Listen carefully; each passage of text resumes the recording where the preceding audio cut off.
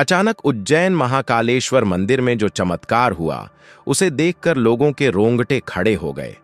क्या हुआ? जब एक नागा साधु जो हवा में उड़ने लगा, फिर जो चमत्कार हुआ, अपने भक्तों के दर्शन देने स्वयं महादेव आ गए। मध्य प्रदेश के उज्जैन में स्थित श्री महाकालेश्वर ज्योतिर्लिंग, जहां काल भी थम जाता है, वह स्थान जहां भक्तों की आस्था हर साल सावन में एक नया रंग ले आती है। लेकिन सावन 2025 का चौथा सोमवार 4 अगस्त वो दिन था जिसे न कोई भक्त भूल सकता है, न ही उज्जैन की धरती। उस दिन जो हुआ, उसे देखकर भक्तों के पसीने छूट गए और आंखें विश्वास नहीं कर पाईं। एक नागा साधु जो हवा में उड़ने लगा और कांवड़ियों के बीच स्वयं महादेव का साक्षात दर्शन, और फिर एक ऐसा चमत्कार हुआ जिसने पूरी दुनिया को हिला दिया। इस घटना को सुनकर आप भी शिव की भक्ति में डूब जाएंगे। क्या आप तैयार हैं? जहां हर कदम पर चमत्कार था, जहां हर सांस में महादेव का आशीर्वाद था।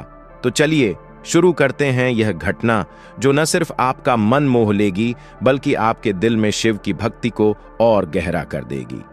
भक्तों, आधा अधूरा ज्ञान सुनना या छोड़ देना दुख और पाप का कारण बनता है, इसलिए इस घटना को अंत तक अवश्य देखें। अगर आप भी महाकाल के सच्चे भक्त हैं, तो इस वीडियो को लाइक करके चैनल को सब्सक्राइब जरूर करें और कमेंट में हर हर महादेव लिखकर अपना प्रेम और श्रद्धा जरूर प्रकट करें। तो आइए बिना किसी विलंब के शुरू करते हैं उज्जैन महाकाल की नगरी, जहां क्षिप्रा नदी के किनारे बाबा महाकालेश्वर का मंदिर हर भक्त के लिए स्वर्ग से कम नहीं। सावन 2025 का चौथा सोमवार था और सुबह से ही मंदिर के बाहर भक्तों का सैलाब उमड़ पड़ा था। हजारों कांवड़िए जो गंगा जल लेकर सैकड़ों किलोमीटर की यात्रा करके आए थे, बोल बम और हर हर महादेव के नारे लगाते हुए मंदिर की ओर बढ़ रहे थे। मंदिर के आसपास का माहौल भक्ति और उत्साह से भरा था। ढोल नगाड़ों की थाप, भजनों की मधुर धुन और भक्तों के जयकारे हवा में गूंज रहे थे। मंदिर के बाहर लंबी लंबी कतारें थीं। कोई भस्म आरती के लिए उत्साहित था, तो कोई महाकाल की सवारी का इंतजार कर रहा था। सूरज ढलने के साथ ही माहौल और भी गहरा हो गया। शाम 4 बजे की सवारी की तैयारियां जोरों पर थीं। इस बार सवारी की थीम थी शिव तांडव, जिसमें न केवल बैंड की प्रस्तुति थी, बल्कि नागा साधुओं की टोली भी शामिल थी। ये साधु जो भस्म से सने हुए, जटाओं में गंगा को समेटे और रुद्राक्ष की मालाओं से सुसज्जित थे, भक्तों के लिए किसी रहस्य से कम नहीं थे। इनमें से एक साधु, जिन्हें लोग बाबा भैरवनाथ के नाम से जानते थे, खास तौर पर चर्चा में थे। बाबा भैरवनाथ, जो पिछले 20 सालों से महाकाल मंदिर के पास एक छोटे से आश्रम में रहते थे, अपनी तपस्या और सिद्धियों के लिए प्रसिद्ध थे। लोग कहते थे कि बाबा को स्वयं महादेव ने दर्शन दिए थे और उनकी आंखों में एक ऐसी चमक थी जो किसी को भी उनके सामने झुकने पर मजबूर कर देती थी।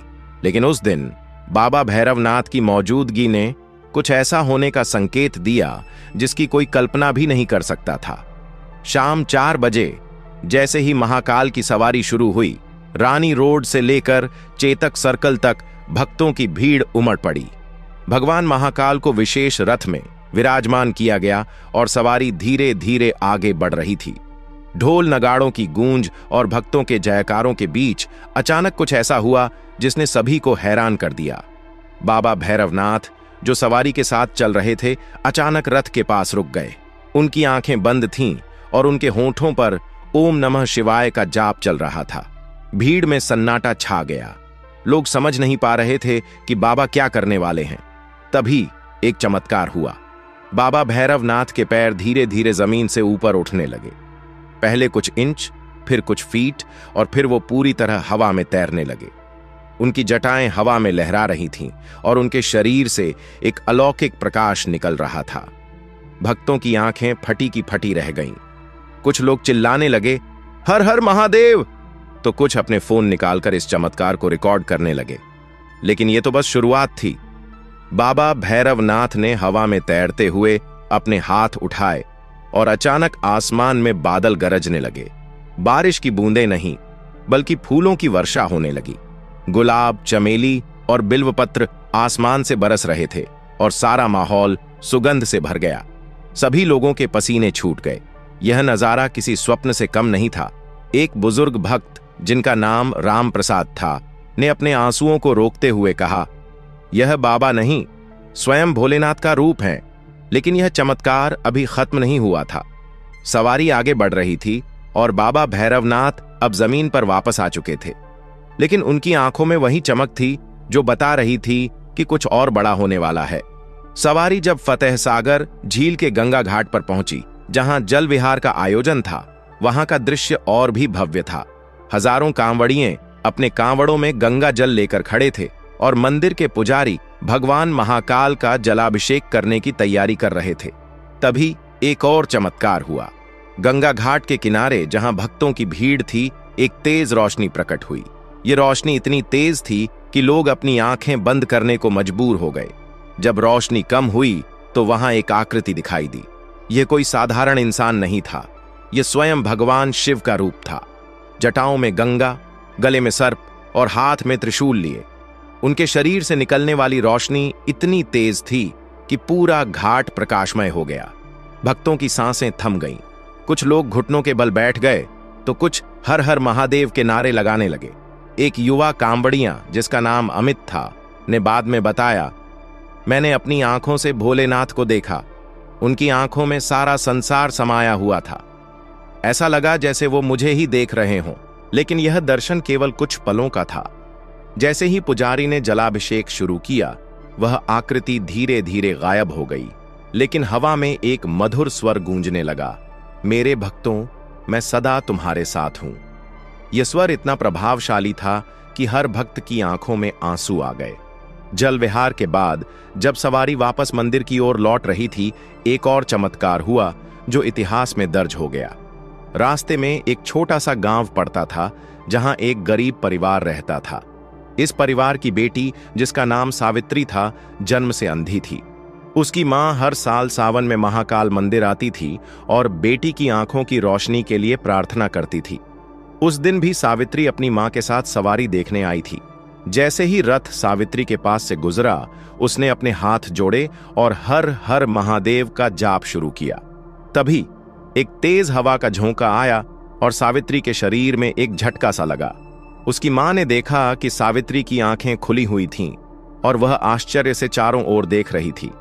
मां, मैं देख सकती हूं, सावित्री ने चिल्लाते हुए कहा। यह सुनकर आसपास के लोग हैरान रह गए। सावित्री, जो जन्म से अंधी थी, अब सब कुछ साफ साफ देख रही थी। उसकी मां रोते हुए महाकाल के रथ के सामने लौट गई और बोली, हे भोलेनाथ, आपने मेरी पुकार सुन ली। यह चमत्कार देखकर वहां मौजूद हर भक्त की आंखें नम हो गईं। लोग इसे महाकाल की कृपा का जीता जागता सबूत मानने लगे। रात गहराने लगी थी और सवारी अब मंदिर की ओर लौट रही थी। लेकिन रात का सबसे बड़ा चमत्कार अभी बाकी था। जब रथ मंदिर के मुख्य द्वार पर पहुंचा तो अचानक आसमान में एक विशाल शिवलिंग की आकृति बनी।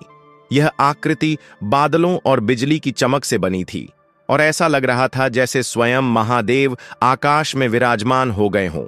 इसके साथ ही मंदिर के अंदर से एक मधुर ध्वनि गूंजने लगी।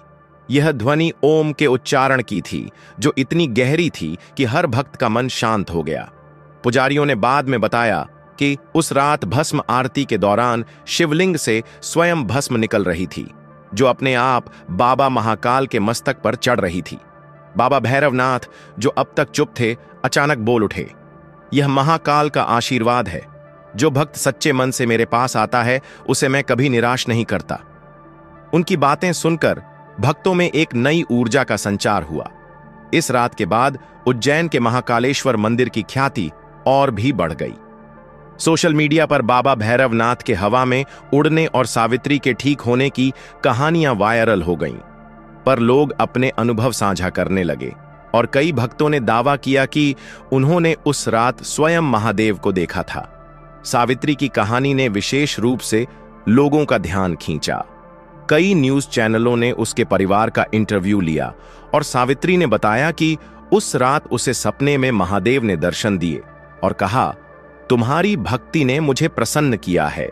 यह कहानी केवल चमत्कारों की नहीं, बल्कि सच्ची भक्ति और विश्वास की है। उज्जैन का महाकालेश्वर मंदिर आज भी लाखों भक्तों के लिए आस्था का केंद्र है। सावन 2025 का चौथा सोमवार एक ऐसी रात थी जिसने भक्तों को यह विश्वास दिलाया कि महादेव सदा अपने भक्तों के साथ हैं। दोस्तों, अगर आपको यह कहानी पसंद आई तो इसे अपने दोस्तों, परिवार और रिश्तेदारों के साथ शेयर जरूर करें। और वीडियो पसंद आई है तो वीडियो को लाइक करके चैनल को सब्सक्राइब जरूर करें और कमेंट बॉक्स में हर हर महादेव जरूर लिखें। धन्यवाद।